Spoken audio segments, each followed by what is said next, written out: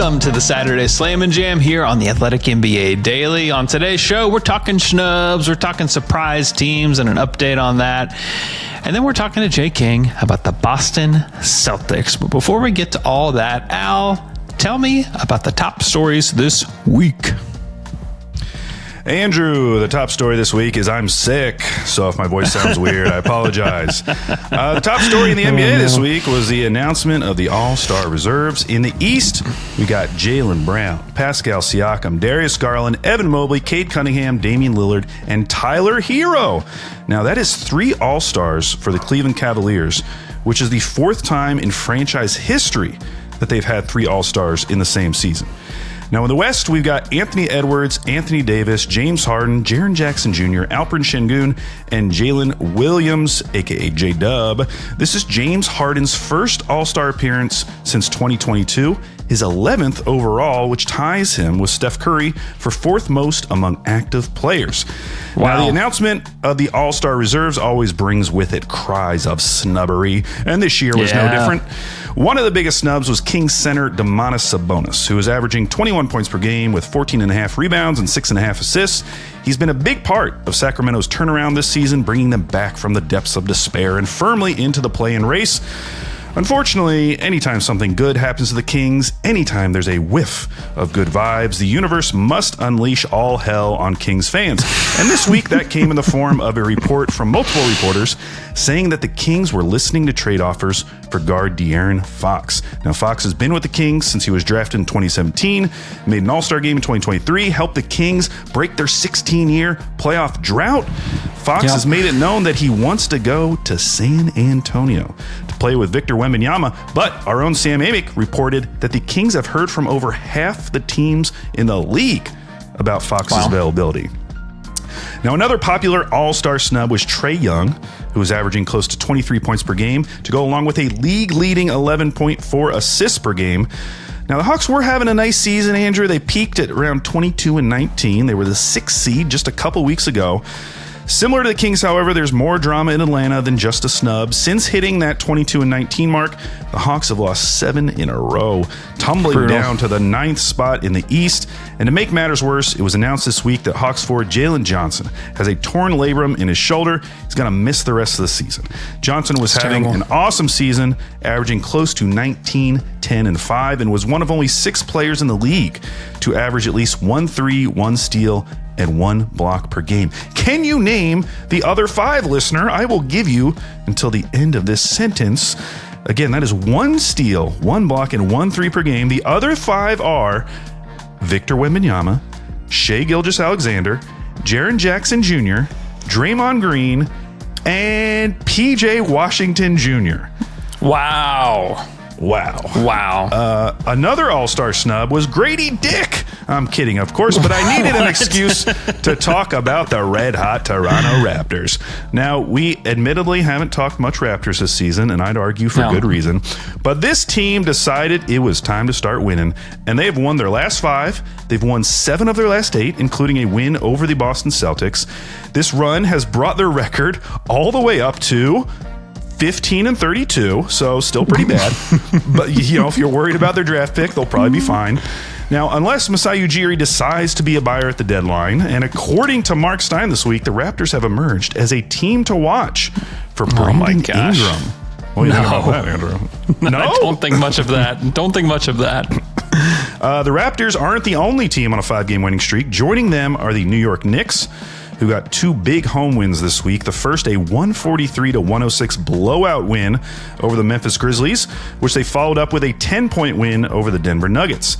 After the Celtics' recent swoon, the Knicks are now only a game back of the Celtics for second in the East. Another team on a 5-game winning streak is the mercurial Minnesota Timberwolves. It seems like every time we start rehashing the Julius Randle trade, how bad it was, how the Wolves blew it. They win some games and shut us up for a while. In that 5-game streak, the Wolves dominated the Nuggets 133-104. And during the game, Anthony Edwards, who is 23, set the franchise record for most made threes. Isn't that insane? That just doesn't even seem real. Yeah. You would have, Cat hit a lot. I mean, the best shooting big in the history of the game. I know. Yeah. It's just bizarre. The Wolves are now only a half game back of the Clippers for the 6th spot. And finally this week, things may be getting scarier for Scary Terry. Just a year after the Heat traded a first-round pick for him, he's averaging only 12 points per game, shooting 29% from three.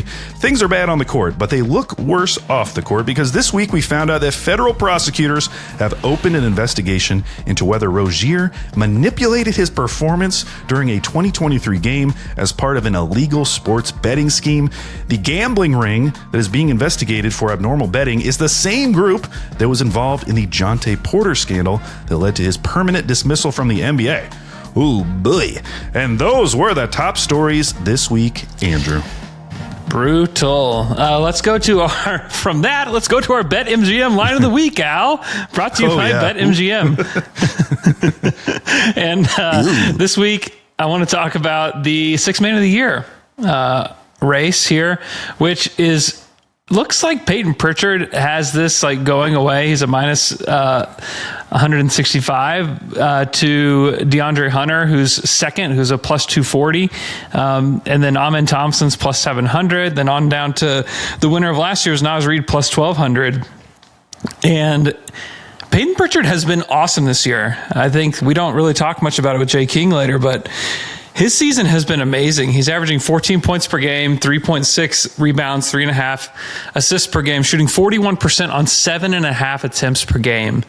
Like Peyton Pritchard, who is probably a guy that people just thought of as probably a third point guard, has become one of the better players in the league. You know, he's averaging more points per game than Jared Allen, Klay Thompson, Naz Reid, Amen Thompson, Russell Westbrook. I mean, players that are getting a ton of shine this year. And Peyton Pritchard, while he is leading, in the Sixth Man of the Year vote here, it is interesting. I just don't hear a lot about him. He's had a spectacular season. He's really grown as a player, and a guy that asked out of Boston not that long ago, has really turned things around with his team and has had a great season. So I just wanted to kind of highlight Peyton Pritchard here. Yeah, I was surprised, Andrew, that you didn't bring up that Bradley Beal is on this list at a plus 10,000. Why did you not mention that? Do you want that? You want those odds for Bradley Beal? No, I mean, I think the only other interesting one is Amen Thompson, just because you can feel a momentum building with just people talking about him in general. Sure. And I think there will be a desire to reward that in some way. We both don't really like most improved player for a second year guy. Definitely so not. This might be the one, although he's going to start though. He has to start the rest of the season. That's the thing. He's played 44 games. He started 17, so he's already close to tipping those scales towards starter minutes. So they cannot start Jabari when he comes back. They just cannot do it. They got to bring him off the bench. To me, he's the number one prospect on the team to develop. Oh, for sure. You have these other guys that are already really good on the team, including Jalen Green, who's had a nice season. But Amen's the number one prospect. You have to start him, or you got to put Dylan Brooks to the bench or something. You can't. He's going to vanish from this list in the coming weeks, I would guess. So we do have a few updates before we get to our favorites of the week. The first is our first-time All-Stars update. Now, if you remember, we do this every offseason. We try to predict who are going to be the first-time All-Stars. Because even though this stat sounds crazy, on average, there are 6.11 first-time All-Stars each season. And this year was no different. There were 8, or I almost said 18. There were 6. There were 6. Okay, I don't know why I almost just said 18. Oh, I know why. Because Victor Wembanyama, he's the 18th second-year player to do it. Okay, that's why I almost said 18. Okay, Victor Wembanyama, Evan Mobley, Cade Cunningham, Alperen Şengün, J-Dub, and Tyler Hero. So let's take a look back, Andrew, at who we selected. We each drafted 5 guys in the offseason. You went with J-Dub. Ding! Great job, Andrew. Ding, ding, ding. Mikal Bridges. No. Chet probably would have been right I if know. he hadn't gotten injured. Yeah. Jamal Murray, nope. And Brandon Miller, nope. Although he was having a really good season until he left. He left us with an injury. And same with me, my first pick, Jalen Johnson, having a pretty good season. I don't think he would have made it. He didn't make it because he just got injured. He didn't make it, but he was having a really good season. I did take, though, Alperen Şengün, and Cade Cunningham. So I got both of those. And then Derek White, Kobe White. Nope. No on those. I think looking back, the fact that neither of us took Franz Wagner, who he didn't make the All-Star game, but if he had been healthy, obviously would have made the All-Star game. Yeah, no question. That was bad on us. I don't think I would have ever guessed Tyler Hero. I mean, that final spot where I took Kobe White, that would have been a great place to take Tyler Hero. I wasn't even thinking of Tyler Hero, to be honest with you. And then Evan Mobley, that would have made sense. I think we were a little let down by Evan Mobley last year. It scared us off, but that would have been a good pick as well. Also, I just don't think we thought that the Cavs were going to get multiple All-Stars either. True. And if it was probably not going to be him, We probably thought it was just going to be Mitchell. Yeah, for sure. Another update, a surprise team update. Now, Andrew, a few weeks ago, I got a DM from a listener named Zach McCartney. Now, Zach has created a surprise team tracker website. Surprise Team Tracker website. Now, if you're watching on YouTube, I'm going to bring this up on the screen so you can check it out. So if you're a new listener, before every season, we try to predict who the surprise team will be. And what that means is that it's a team with an over-under below 36 who wins at least 10 more games than their over-under. And Zach has built a beautiful website where at any moment during the season, cool. You can go and see what each team's status is. So for instance, right now, the only team that is currently on pace to be a surprise team is the Detroit Pistons, who are 5 games ahead of the pace needed. They're +5, meaning they're currently on pace to win 15 more games than their over-under. Now, Andrew, your selection, the Atlanta Hawks, they are currently 9 wins. God, this last stretch just killed it. It did. And my Raptors, even with this recent run, they are 15 wins off the pace. So bad job by us, but who knows? Maybe the Raptors will never lose another game. And look at this. Portland right now is only 1 game off. Isn't that the weird? Pace they would need to be a surprise team. What a disaster I don't think for Portland. we really took them that serious in the beginning. I feel like we talked about Detroit. You know, we thought about it. Yeah. But we probably should have thought a little bit harder. And the other cool thing is you can click on a team and it will show you where they've been relative to being a surprise team over the course of the season. It also tells you, for instance, that the Raptors, my pick, only need to go 26-9 to be a surprise team. Isn't that nice? They could do that, Andrew, if they keep this up. It's a really awesome site, and I'm honored that Zach would make this for us. So if you'd like to check it out, I've made a tiny URL so you can access it very easily. Just type in tinyurl.com/surprise team. That's it. tinyurl.com/surprise team.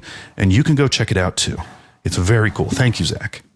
Yeah, shout out to Zach. Even the it's a beautiful website, and he has these fun little icons for each of the teams. It's just a very, very fun and engaging site too. So shout out to Zach for making that. Al, it's time to go to our favorites of the week. We're going to start with our quote of the week. This is one that I'm sure you've already heard by now many times. It's Adam Silver saying, "I'm a fan of the 4 10-minute quarters. I'm not sure how many others are. And putting aside what it means for records and things like that, I think that the 2-hour format for a game is more consistent with modern television habits." And I can't stand this thought, because if the true thought is to have a 2-hour game, then there are so many other things that you could do to get a 2-hour game than to actually just shortening the playtime. How many times, and I know this now because I've watched so many NBA games, but how many people are going to their TV and turning it on at 7:00, when it says, hey, the game starts at 7:00, and you sit there for 12 to 13 minutes waiting for the game to start. Just one, start the games on time. And then 2, the amount of reviews are killing the game. I think it's killing the game more than anything because it stops the time. It isn't always helpful. The reviews take too long. I feel like there should be a way to shorten these reviews if you're still going to have them. So if you really want the game to be more engaging, how about less timeouts? How about no reviews? Or at least find some way to shorten the amount of reviews that you have. and then like get yourself to 2 hours. Cause I think like games run about 2 hours and 15 minutes. There are other ways to shave time off than like literally altering the game and altering the stats and altering all this stuff. I mean, you might as well, if you're going to alter the time, just shorten the season. If you're going to do something that's going to alter what the statistics look like, just shorten the season. Don't shorten the games. And if you want a package that's better for the consumer to take in, like stop with all the reviews, start the games on time, and stop and like lower the amount of timeouts. Because if that's what you're really aiming for, there are other ways to do this that aren't going to alter the history of the game, which is what he's suggesting. I just think it's silly. I appreciate the idea that it's like consistent with basketball around the world is played in 10-minute quarters. That's cool. But at this point, like to me, I think you're too far down the road with the 12-minute quarters. And I think if the goal is to give guys more rest, just shorten the season if you're gonna alter the game in some way. But honestly, I think there are a lot of things that they could do to make this game more watchable. And I don't think it's about the threes. I don't think it's about any of that. I think it's about reviews, to be honest. And those reviews eat up a ton of time every single game. And to me, like that's where you could use some improvement there. Like I think that variation in calls is just a part of basketball. It's a part of games. And I think that we need to worry less about getting everything so perfect and worry more about the product. Yeah, and if they're going to keep doing these reviews, I feel like all the refs need to be funny. They all need to be engaging. There's like one ref that is willing to be funny. The rest of them Billy are just Kennedy so is boring getting up to that there. mic. He's a performer. Everybody else like fumbles over their words. It's a disaster. Yeah. Yeah, the most convincing anti-argument or the argument against this I saw was that teams wouldn't start playing their stars less. They would continue playing them 30 plus minutes a game. And so it would just like shrink the number of role players that are actually consistently getting minutes in the league, which I do think is what would happen. True. I don't think teams would suddenly start playing like EuroLeague teams where, like the best player might be getting like 26 minutes a game or something like that. That's not happening. No, there's no way. My favorite quote comes from the Kuz, Kyle Kuzma. At the end of last week, he had a great game. They played the Suns. He scored a season-high 30 points, 11 rebounds, 4 assists. Josh Robbins, friend of the show, tweeted this out. So they were asking Kuz about his game, and he was saying that, he made a conscious effort to be more assertive. One of the things he said was, I think today I just decided to be myself and not really just try to fit into everything that we're doing. And they were like, well, hold on a second. What are you talking about not fitting in? And his quote was, just not trying to fit into what we're trying to do here. Just being more assertive, demanding the ball, not just going out there and trying to let people develop. Just playing my game. I just thought that was a very funny quote. Anytime you engage in the practice of tanking, there's going to be some weird stuff that happens. Even for a team like OKC, who, like mastered the art of the tank, only took them 2 years, they still lost a game by 73 points. Like there's always going to be some anomaly within there, some baggage from it. And I would say this is some baggage for the Wizards. The fact that one of their players is just saying, I'm just trying not to do what we're trying to do out here. I don't want to let people develop. I'm just playing my game. I wonder if he regrets not accepting that deal last year to go to the Mavs. Because it feels like his trade value is as low as it's been. I mean, he has not had a good season.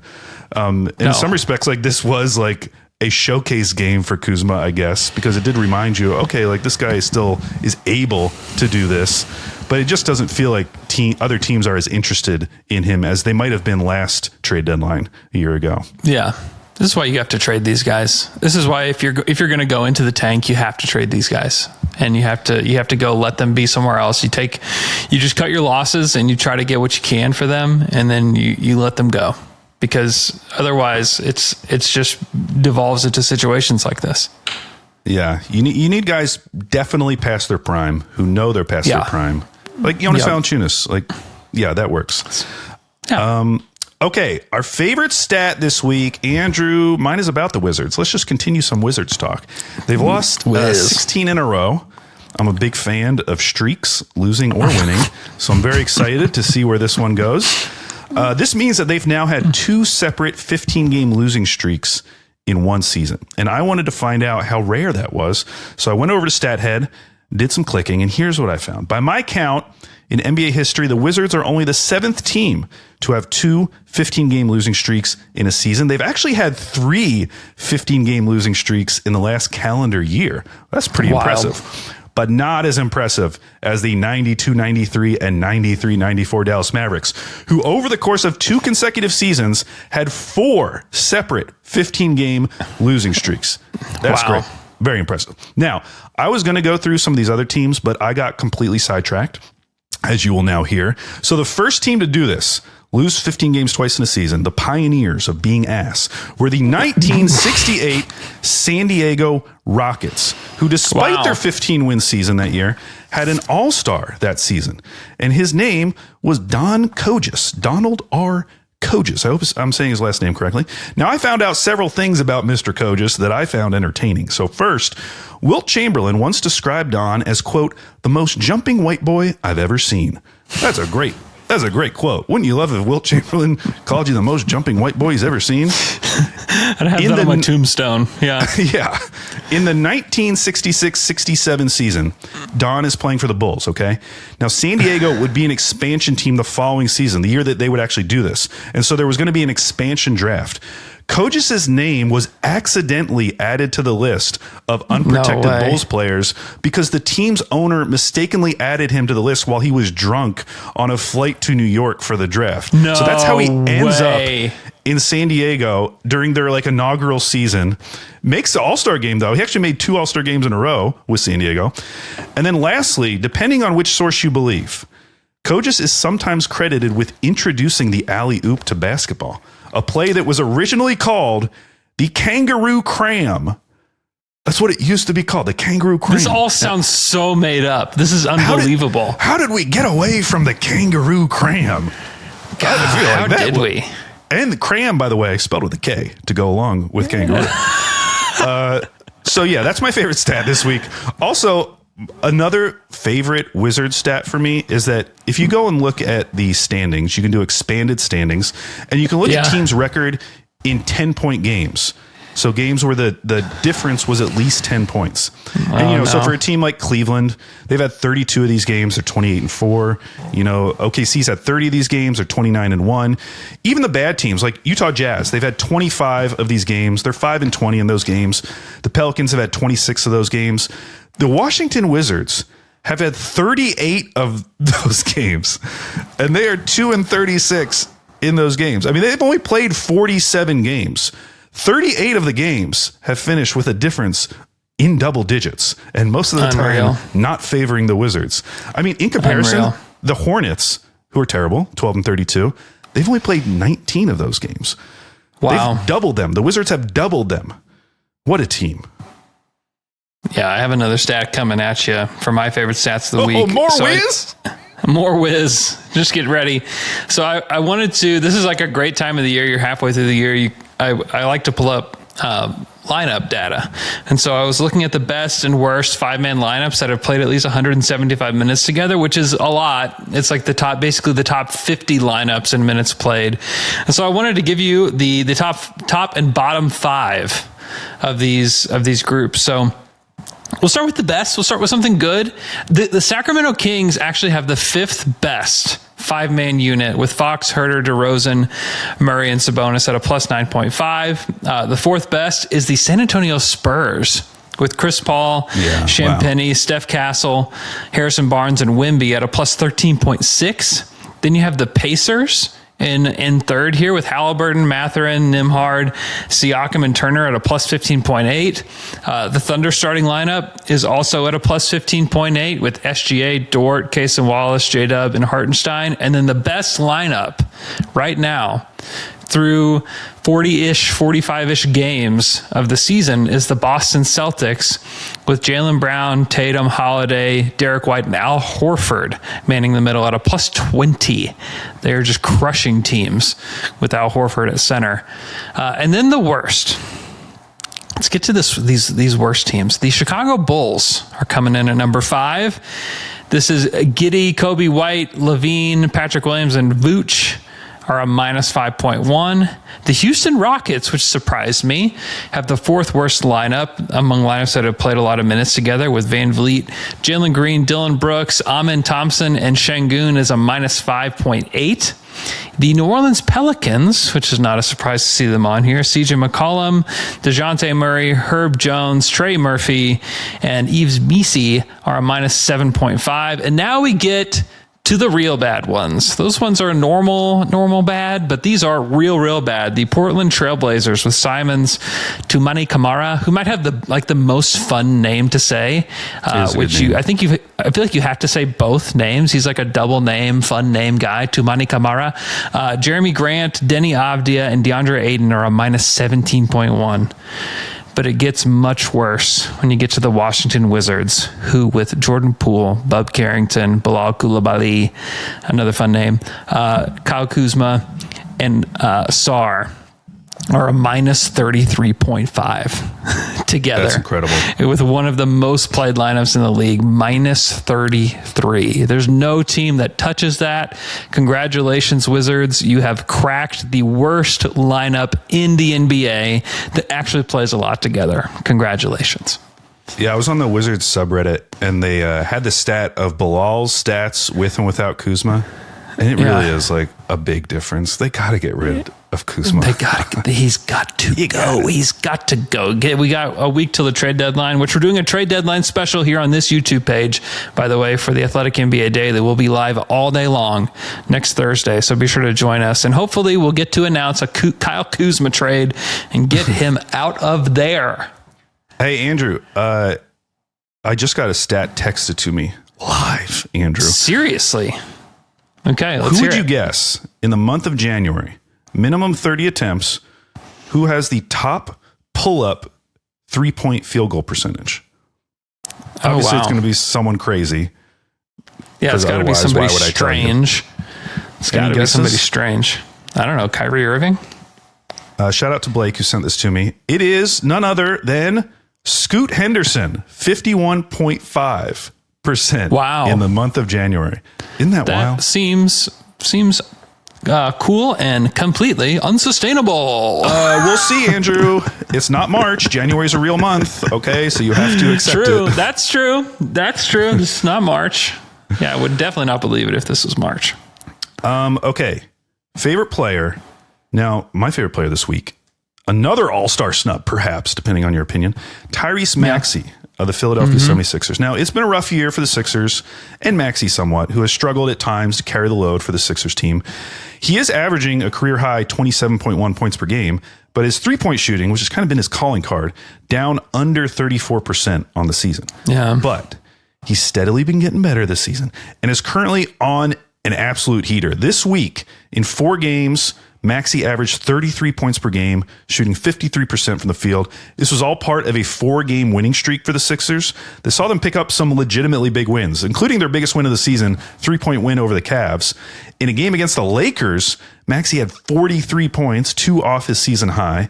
Now, he's been asked to do a ton this season. If you just look at his usage over the last 4 seasons, it's jumped from 20 to 23 to 27 to now 30%. And if you take out garbage time, that usage goes up even higher to 32%.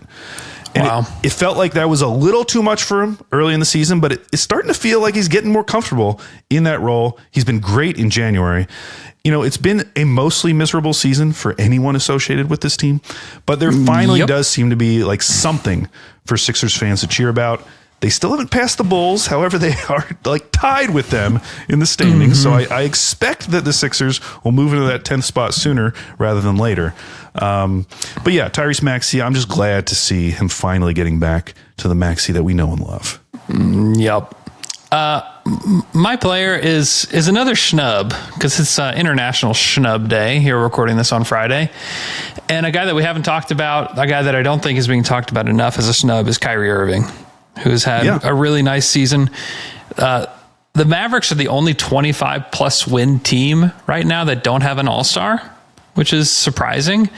And I really think that Kyrie deserved to make this All-Star team. He is 24 points, 4.6 rebounds, almost 5 assists per game, shooting 48, 41, 89 from the field. And he's had to lead this team, who has really dealt with a ton of injuries, and he's been one of the only steadying forces for them. I was really surprised he didn't make it. I thought you could make a case for him to be a starter even, and the fact that he didn't make it at all, I thought was pretty shocking that he didn't make it. Now, he hasn't made it in a while. You know, I think he was with Brooklyn the last time that he made it. And so, like, I get it. And maybe it's just harder to become an all-star again once you're kind of off that train. But we saw James Harden do it, this season. And I think Kyrie was deserving. And a lot of this, I think, is a product of the Western Conference, is that the West is just so much harder. Like you mentioned Sabonis. I think he's a very deserving all-star. But yeah, I think that Kyrie Irving, deserves a little bit more shine and probably deserved to make the all-star team. Yeah, I was looking at Harden stats. Yeah, he's you got to give him credit for leading this Clippers team to a very respectable start without Kawhi Leonard.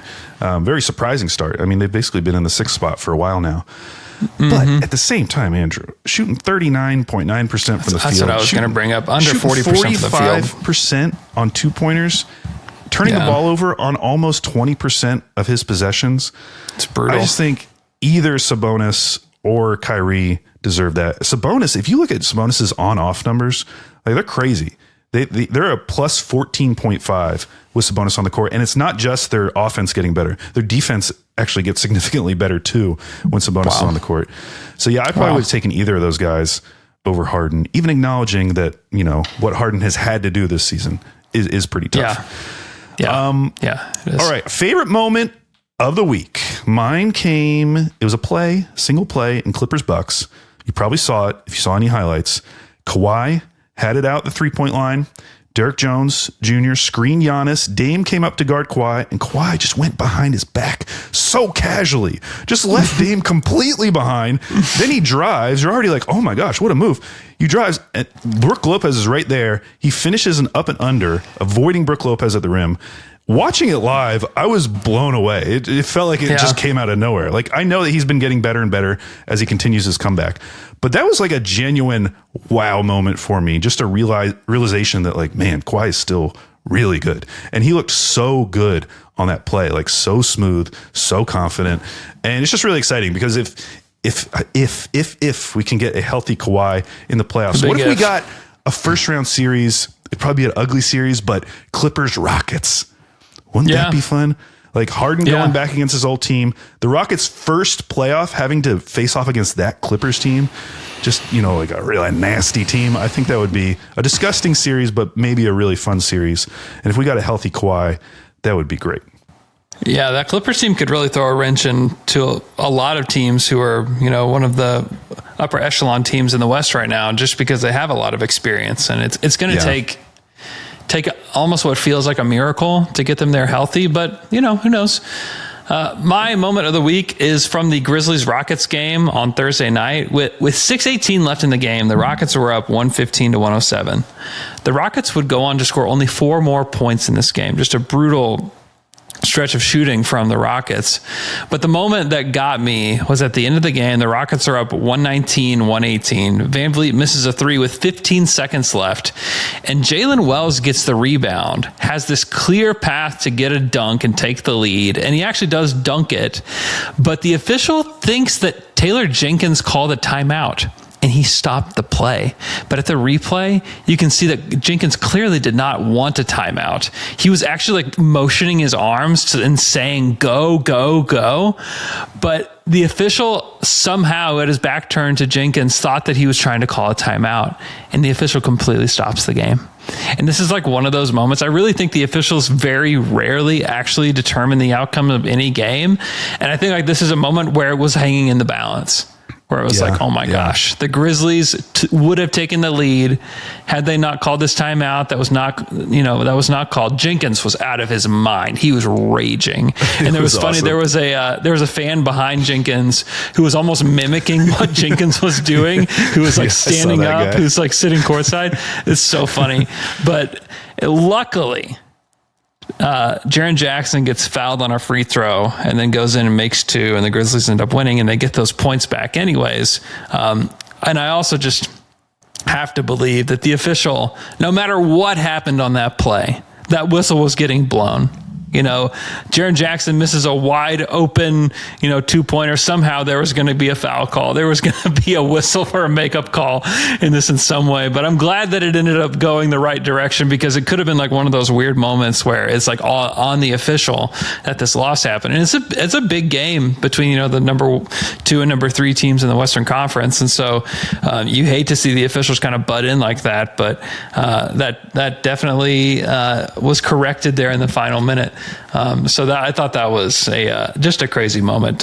Something else that's crazy is that Jay King is coming on this podcast to talk about the Boston Celtics right after this quick break.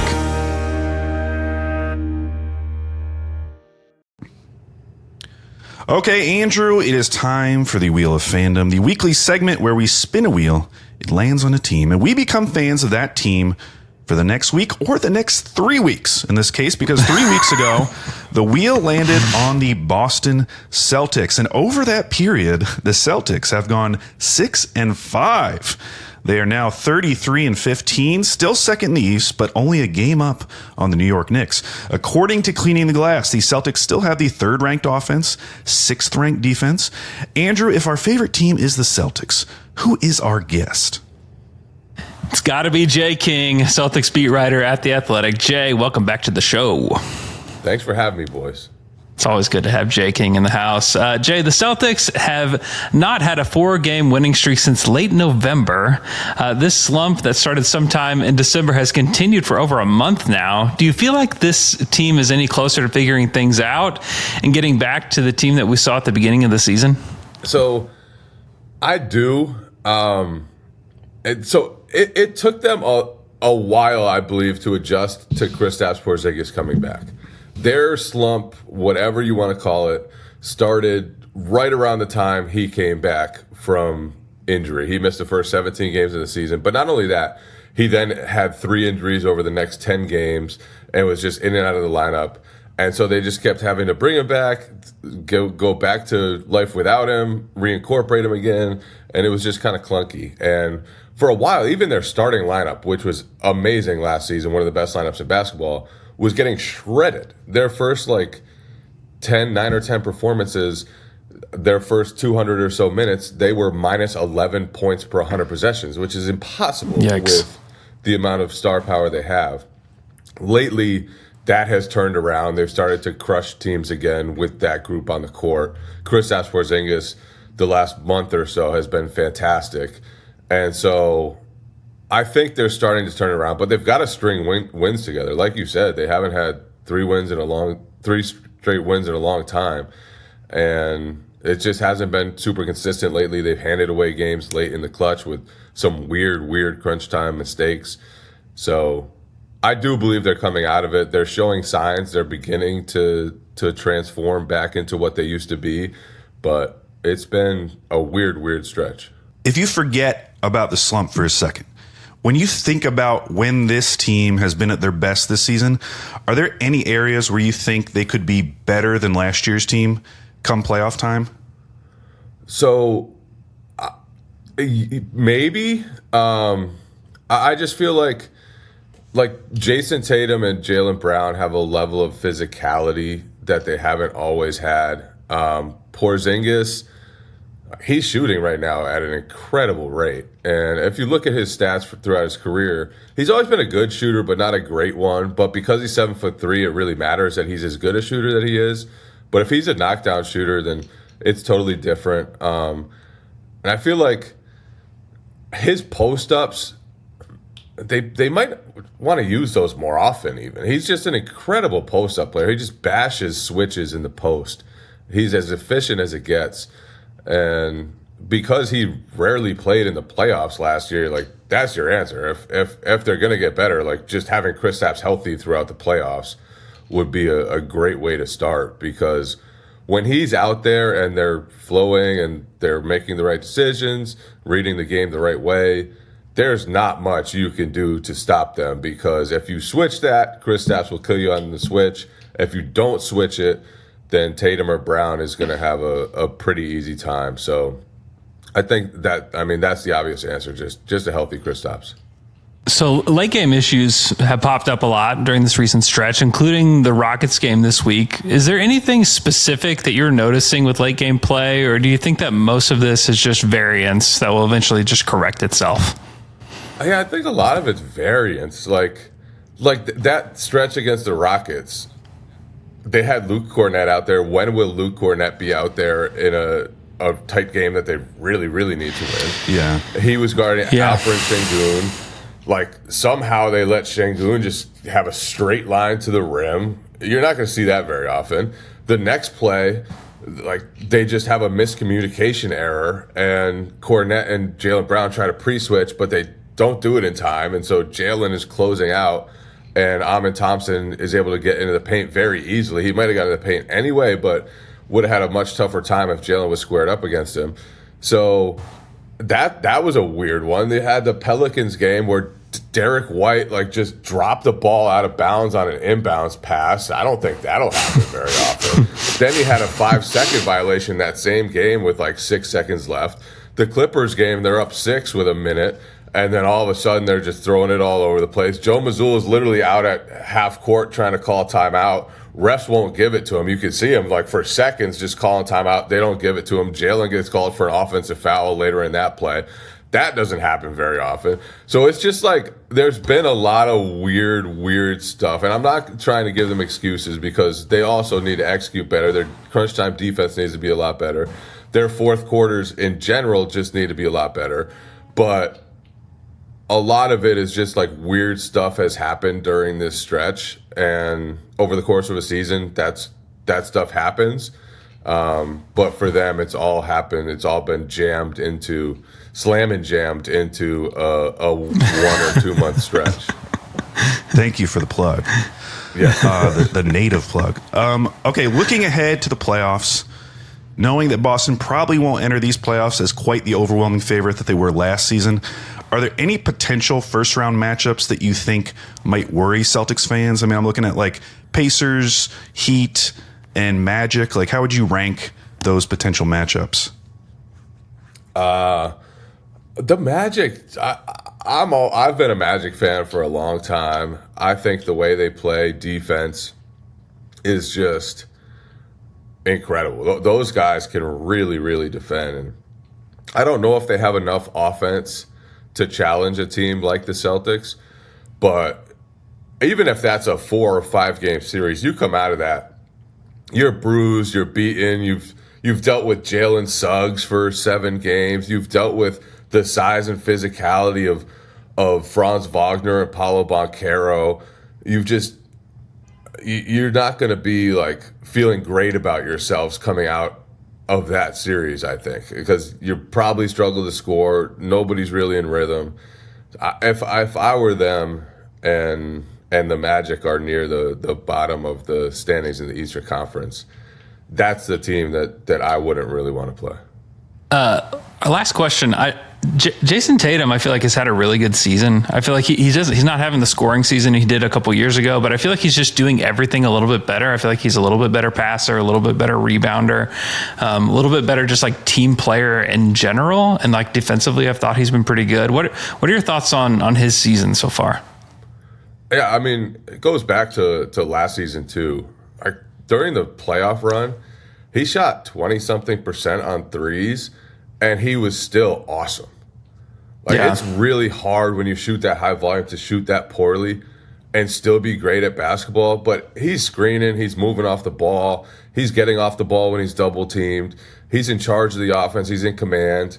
Like you said, he plays defense, great rebounder for his position. And so this transformation it started happening a long time ago where he was just a bucket early in his career and has gradually become one of the best all-around players in the league. Yeah. I said last question, but I also just wonder about Jaylen Brown's shooting and if that is becoming a true concern for him, or do you think he'll snap out of this?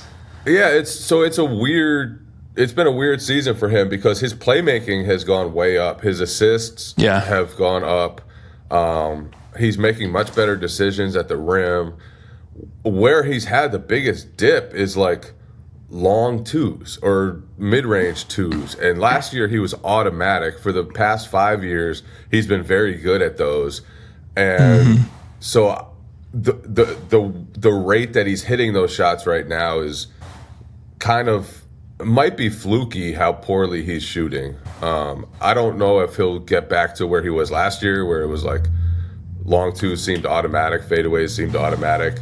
But you know, this season, the long twos, he might be due for a turnaround.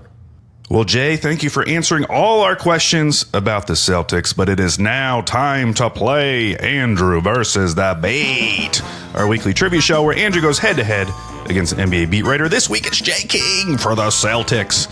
So I've come up with 8 Celtics questions. Jay, you're going to give me a number between 1 and 8 that will correspond to a question. Some are easy, some are hard. If you get it right, you'll get at least 2 points. If you get it wrong, Andrew will have a chance to steal for 1. And we'll go back and forth till all the questions have been asked and answered. So to start us off, Jay, I just need a number between 1 and 8.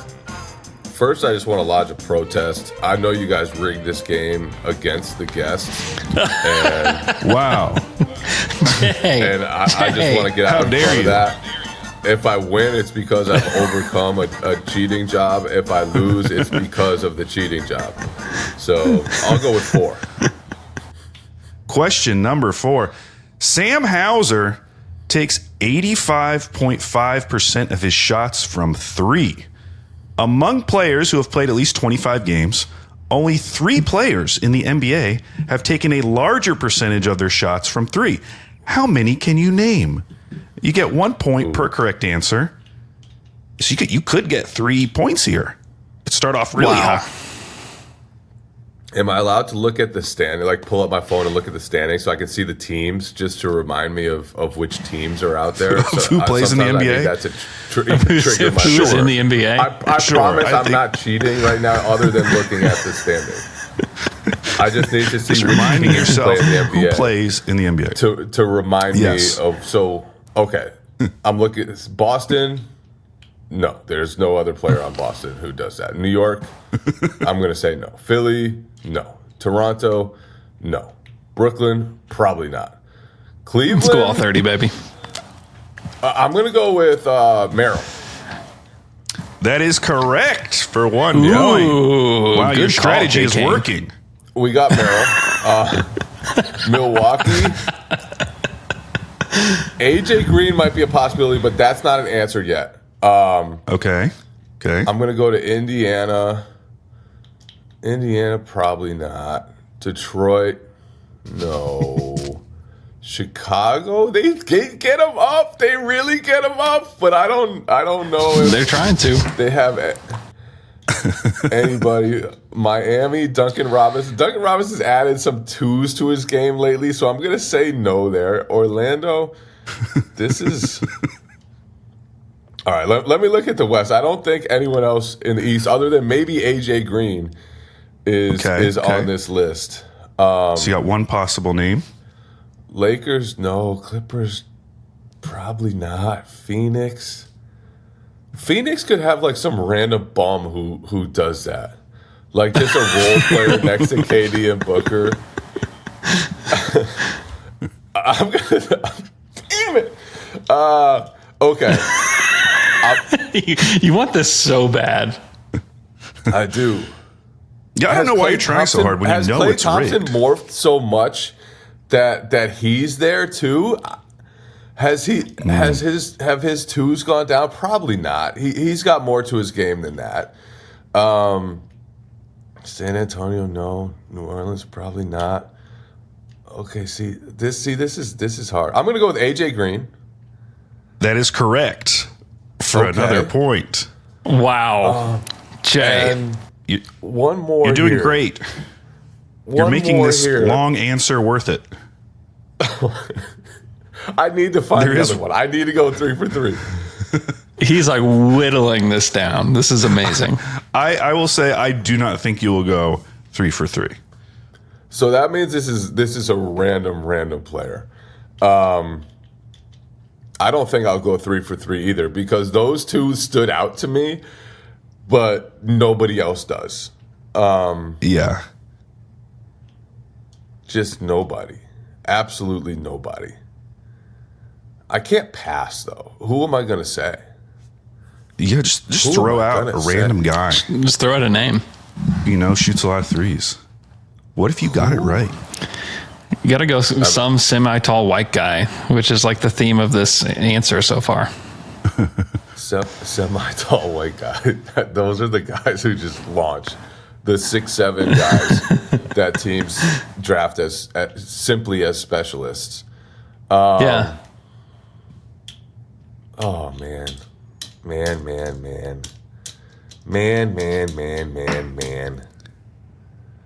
It's going to be someone random. It's not going to be a white guy either. It's not.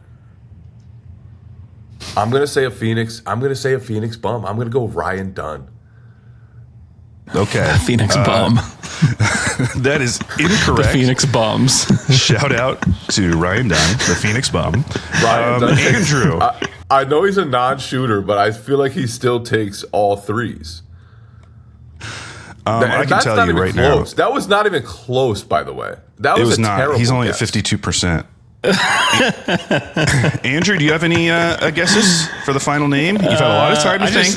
I did. I also just had a lot of time to listen to Jay. I thought about Malik Beasley. I don't know.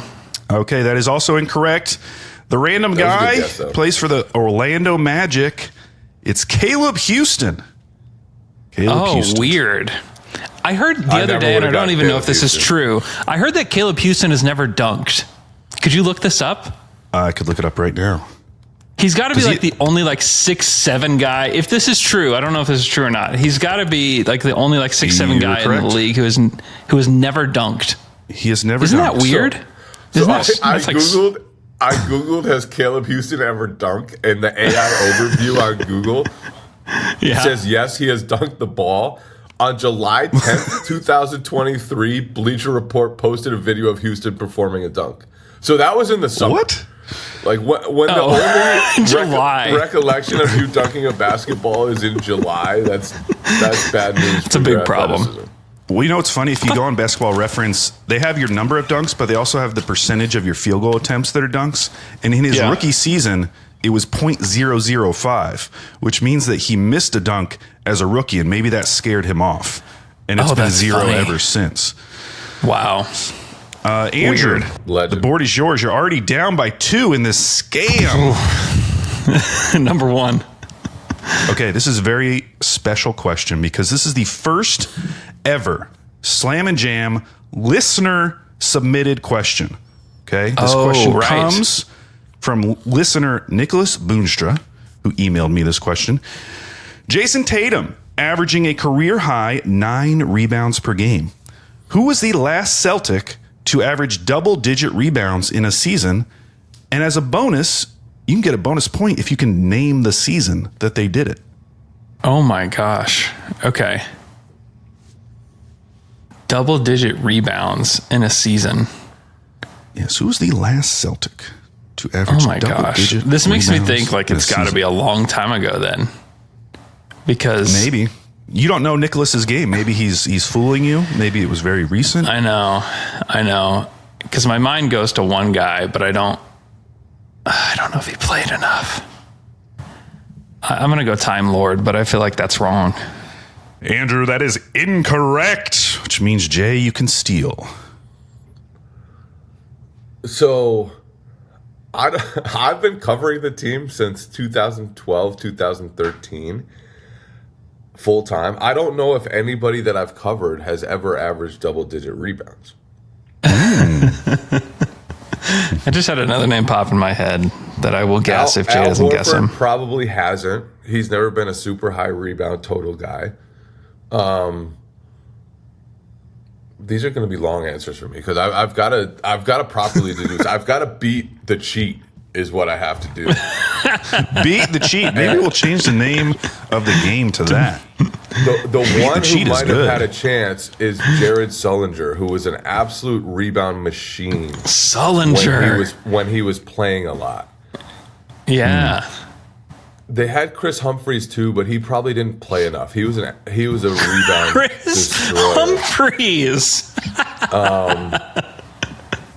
I definitely don't Oh think my gosh. like Kelly Olynyk ever did it. Couldn't have.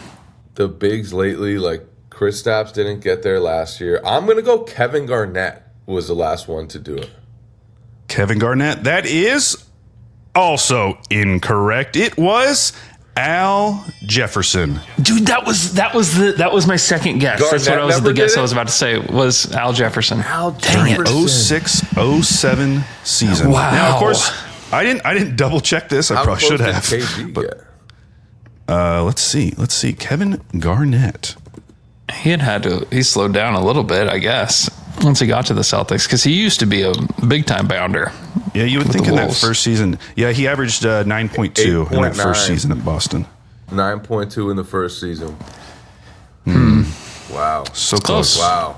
Okay, Jay, the board is yours. I'm gonna go 5. Question number 5. Jason Tatum is averaging nearly 27 points, 9 rebounds, and 5.5 assists per game among active players. Who has had the most 27, 9, and 5 seasons in their career, where they averaged at least those marks? 27, 9, and 5. Active player. So the obvious answer is LeBron, but I feel like 9 might have been like a little too high there. Yeah. Like he was always like 27, 8, and 8, right? Yeah. It could be, but who else would average numbers like that? Nobody. Maybe Russ? Russ or LeBron? I have to lean LeBron. I know this is going to be wrong, but maybe it's right. But also it's probably wrong. Okay, so that's your final answer. LeBron. LeBron is my answer. That is incorrect. Andrew, you have a chance to steal. I knew it. He never got to 9. He didn't get to 9 enough. I'll go Westbrook. That seems like the most logical answer. It's not Andrew. That's also wrong. Wow. Really? You just didn't even I get the screwed top him 2. The Jokic was 2. And number 1, Jokic. Giannis. Jokic would have been my third guess. Giannis. What was I thinking? Of course it's Giannis. Giannis. Of course it's Giannis. LeBron never got to 9. Why would I say LeBron if he didn't get Giannis. to 9? Why would you say that? Wait, how many is it? It's a lot. How many actually. times did It's they do like- that? Every year. I don't know the exact. It was like 7 or 8. It was like a lot For Giannis? for Giannis. Yeah, it wasn't How many even did you- close. how many times has Jokic LeBron, done it? by the way, has never gotten to 9 like rebounds. 3, Literally maybe? never. 3, Not 4. once has he done that. I guess a guy who has Because I feel like Jokic just hasn't scored right enough. below 27, 9, and 5 every year of his life, but has never done it. Let's see. Jokic has done it twice. He's doing it currently. Oh, okay. And then he did it. And Russ hasn't done it twice? Russ Andrew, had to you do it missed. twice. You got it wrong. What are you I trying know. to get out of me? I'm just flabbergasted that Russ hasn't done He it must more have than done that Jokic, twice. I guess. I think Russ you guys are actually did it. cheating Schlecht right now. Russ did it once. He did it his MVP season, and that's One it. time? Seriously? Yeah. That kind of blows my mind. He either didn't have the Wow. points or he didn't have the rebounds. He got Yeah, close. a lot of Okay. the time he didn't have the points. Wow. Andrew. Wow. That's surprising. Number 2. Number 2. I wish you hadn't chosen this one, Andrew.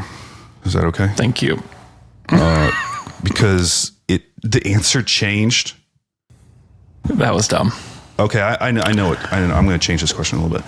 Okay, this year's Celtics team isn't as good as last year's team, but they do rank higher than last year's team in a couple categories. Which category are they significantly better than last year's team in? Okay, so it's either half-court offense, transition offense, half-court defense, or transition defense. Which of those categories are they better than last year's team to the greatest extent? Because they're actually better than 2 things. In the half-court offense, I honestly have no clue. This is a pure guess. Andrew, that is incorrect. Jay. It's absolutely not transition defense. Transition offense. Absolutely not transition offense, because they are bad at transition offense and have typically been pretty bad at transition offense lately. I'm going to go. So my two answers left are transition defense and what? What did you? Probably half court defense. I think that's the only one you haven't said. Yeah. The defensive side. Yeah. So. And I will tell you, it is one of those. I'm going to go. Well, I know it's one of those. I'm going to go with half court defense is their biggest improvement. So they are slightly better in half court defense, but it's actually transition defense is their biggest improvement. Where they're giving up almost 4 fewer points per 100 possessions compared to last year. Wow. That makes sense because Kristaps missed a lot of time. Transition defense might be better without the 7'3" guy. But Joe was complaining about their transition defense the other day, and that stuck with me. That was another. He screwed you up. How do I not know that? How do I not know that? Andrew, the board is yours. That's shameful. Wait, that's one I should have known. No, that's just back to Jay. Jay, back to you. We're going 7 here. Question number 7. Oh, this is a great one. How many career dunks, we're talking about dunks earlier, does Sam Hauser have? And you get to choose who answers first. So you can make Andrew answer first, and then you go higher or lower. Or you can answer first, go higher or lower. Okay, Schlecht go first. All right, Andrew. Sam career dunks Hauser for Sam Hauser. Dunks. I don't even know where to begin with this. With a number. To be clear. I'll say, I don't know, 15 dunks. I don't know. Okay, Andrew has set the over-under at 15. Jay, would you like to go higher or lower than that? That's a pretty good guess, but I'm going under. Andrew, you are within 2 dunks. You got to be kidding me. And the correct answer is 13, which means Jay gets the points. He's now up 4-0 on Andrew. This is embarrassing. Andrew, you have control of the board. 3 questions left. 3. 3. Among Celtics players that have played at least 500 minutes, which is 10 players on the roster, so a decent number, guys. Okay. The Celtics hold opponents to 5.1 fewer points per 100 possessions when he is on the court, the best mark of the team. Who is that player?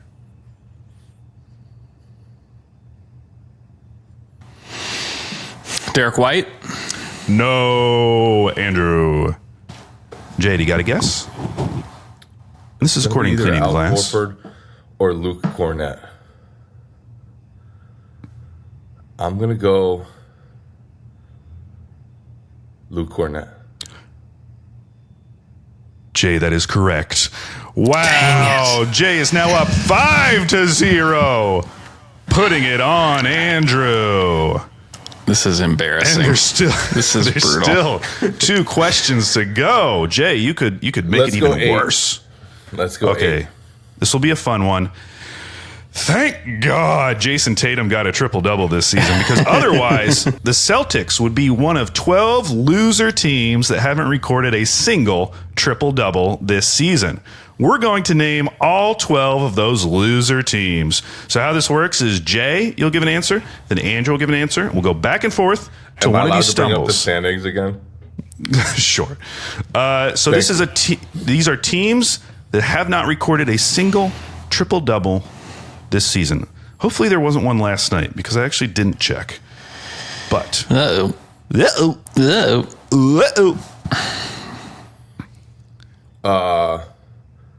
So I just guessed and then Schlecht guesses? That is correct. I'm going to go... There's no way a Wizards player has gotten a triple-double this year, right? There's just no way. Wizards. We're going Wizards. That's a great guess. That is correct. No Wizard has done it. New Orleans? The New Orleans Pelicans. Andrew, they are not on the list, which means somebody did it. Sorry. Dang Sorry, it. Andrew. God, I'm having a bad day. So, Jay, you get the points. You guys want to throw out some other teams? Could you have rattled off more, Jay? I would have gone Utah? Utah's correct. I would have guessed Golden State. Golden State's correct.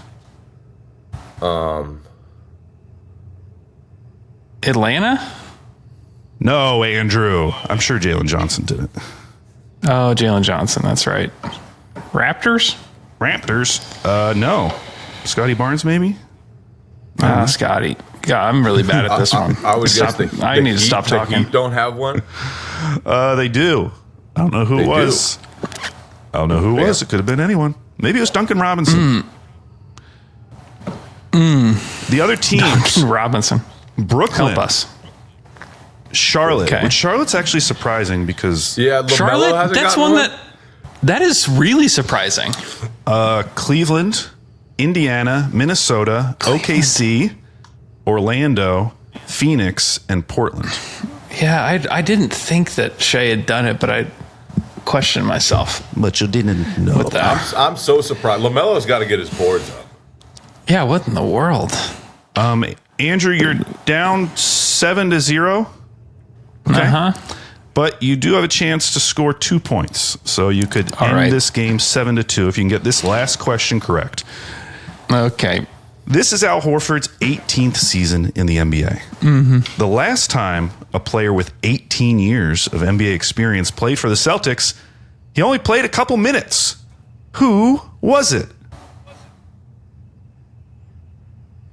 The last time a player with 18 Jay years knows of it. experience Jay only knows played it. for a couple minutes. Just a couple minutes? That's what I said, Andrew. Just a couple. Schlecht. God. Okay. Just The a guy couple. that immediately popped in my head, I don't think he played 18 seasons. 18 is a lot of seasons. Who was that? Who popped in your head?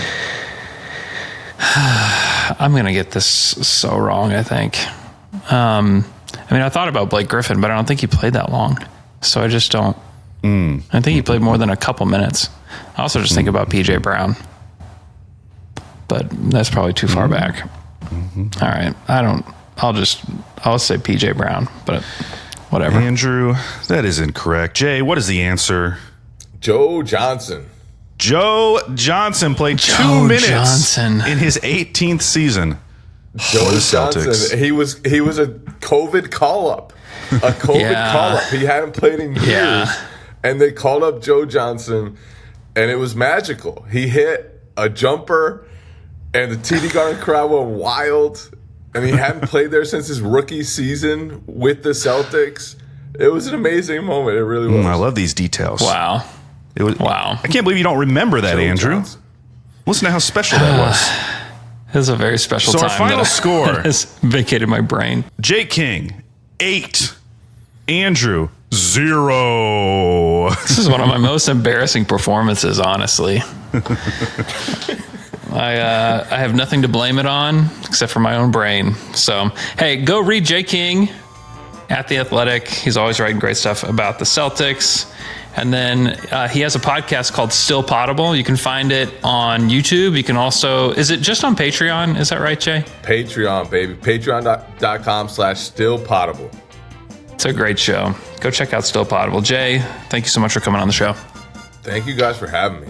Thanks for not cheating too much this time. All right, Andrew, that was Celtics week. 3 weeks of the Celtics. This next team, they're only going to be getting 1 week, Andrew, okay? We're not just giving out 3 weeks to everyone. Okay, here we go. Next week's Wheel of Phantom team. We're going to spin a wheel that'll land on team, and we'll become fans of this team next week. And that team will be the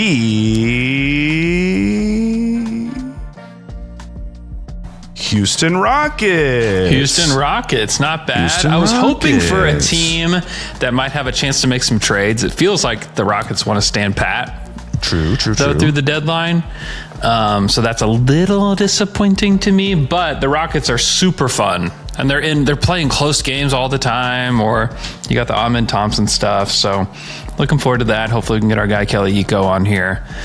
Talking Rockets. It's been honestly, they're one of my league pass teams. I don't particularly, as a OKC native, I don't particularly like Houston as a team, but I do enjoy watching this version of the Rockets. Like they're a blast and like unpredictable in a lot of ways. So look forward to chatting about it. Them. Almost landed on the Pelicans, which we've already done, and I just forgot to take off. So that would have been so embarrassing. Andrew. So embarrassing. And we would Also, have had to do it. We would have had no to choice. watch the Pelicans again. The integrity of the wheel was at stake in this particular moment. Hey, go leave us. Oh, yeah. Is something else? Oh, real quick. Yeah. The schedule this week for the Rockets. Oh, yes, okay. two games against the Nets. Okay.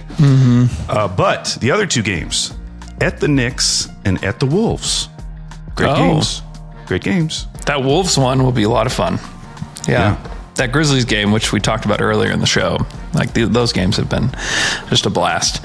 Okay, leave us a 5-star review on Apple Podcasts. We'll read it on the show, just like this one from Basketball Guy 95, who writes, best show out there, best NBA show out there. I do miss the other shows that were previously on the feed, but having quick episodes every day have been great to keep up with everything. Slam and Jam is elite, and getting to test my NBA knowledge on trivia is the best. I found myself screaming Pablo Prigioni in my car during most of the most recent episode while Andrew and Sam struggled to think of someone. Alex does a great job with the questions and deserves an award for some of the madness that he causes. Lastly, hope Andrew's recovery is going well. I had a meniscus repair when I went in for a torn ACL, so I know exactly what you're going through. Best of luck. You'll be back to normal before you know it. Thank you for that review. Yeah, if you didn't know, that's why we had a week off. It's because I thought stupidly that we could come back after a week of recovery, and I was not ready. So hopefully we'll be back permanently now. From Cornelius Drip, awesome sauce. The NBA Daily is the show. They post podcast almost every day filled to the brim with facts. Just a heads up, Giannis will get the MVP. P.S. I'm not from Milwaukee. I'm from New Jersey. SGA is going to crash at some point, and the Grizzlies will rise to the top. Hopefully, you will respond. If not, it's Dame time. Yeah, I guess we'll see. Interesting There's prediction from Cornelius Drip. Last one comes from Tim Duncan's burner. And he says, Roy, Jaylen Wells. Just wants to get that out there, that Jaylen Wells will be the Rookie of the Year. I kind of think he should be. I think that he's going a little bit underrated in all this. I feel like he's been the most consistent rookie, and it feels like people are wanting to give it to somebody else. But, we'll see. Hey, please go ahead and leave us a 5-star review. We will read it on the show. Get those in probably before Wednesday, so that we'll have it for the show, because Apple's a little bit slow. Hope you guys are doing great. Enjoy the weekend and the basketball. We will talk to you guys again next week.